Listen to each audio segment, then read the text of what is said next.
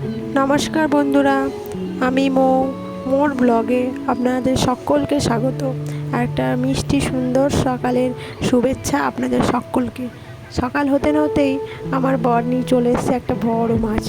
এই মাছটি কাটতে যে আমার কি সমস্যাটাই না হলো। আসল কথা হলো বাড়ি থেকে বটি নিয়ে আসা হয়নি, সেই জন্য মাছটি কাটতে বড় কষ্ট হয়েছে আজকে।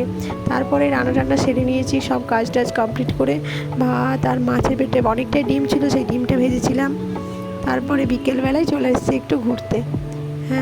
ঘুরতে এসেছি এখানে একটি সেকেন্দ্রাবাদে গুরুদ্বারে। এটা খুবই একটা সুন্দর, অসাধারণ, সত্যি অসাধারণ অসাধারণ সুন্দর লাগছে এই মন্দিরটি।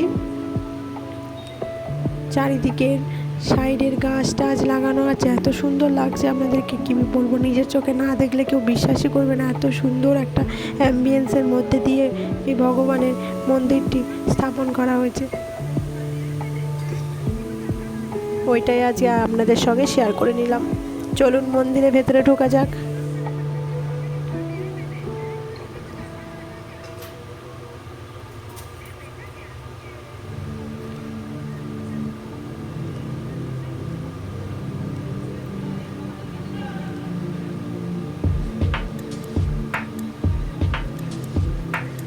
আপনাদের সাথে শেয়ার করছি এই কারণেই, যাতে এই মন্দিরটি আপনারাও একটু দেখতে পান।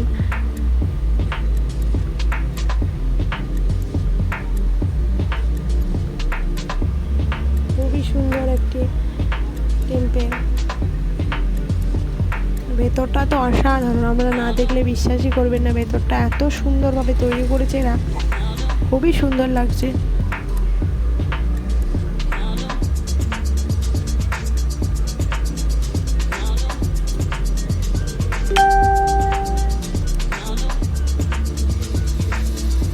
ভেতরে ঢুকতেই সামনেই দেখতে পেলেন একটা ঘন্টা, তার বাঁ দিকেই ঢুকেই অনেক ঠাকুর রাখা আছে।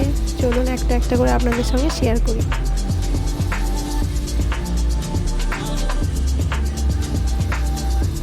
প্রথমে শিব পার্বতী আমাদের, তারপরেই গণপতি বাপ্পা রাখা আছে, তারপরেই রাখা আছে হনুমানজি, তার পাশেই রেখেছে রাম লক্ষ্মণ সীতা, তার পাশেই রেখেছে এদেরই একটা ঠাকুর, আমি ঠিক বুঝতে পারিনি,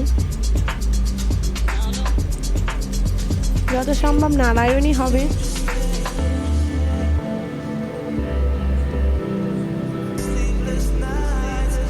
তার পাশে রাখা আছে রাধাকৃষ্ণ,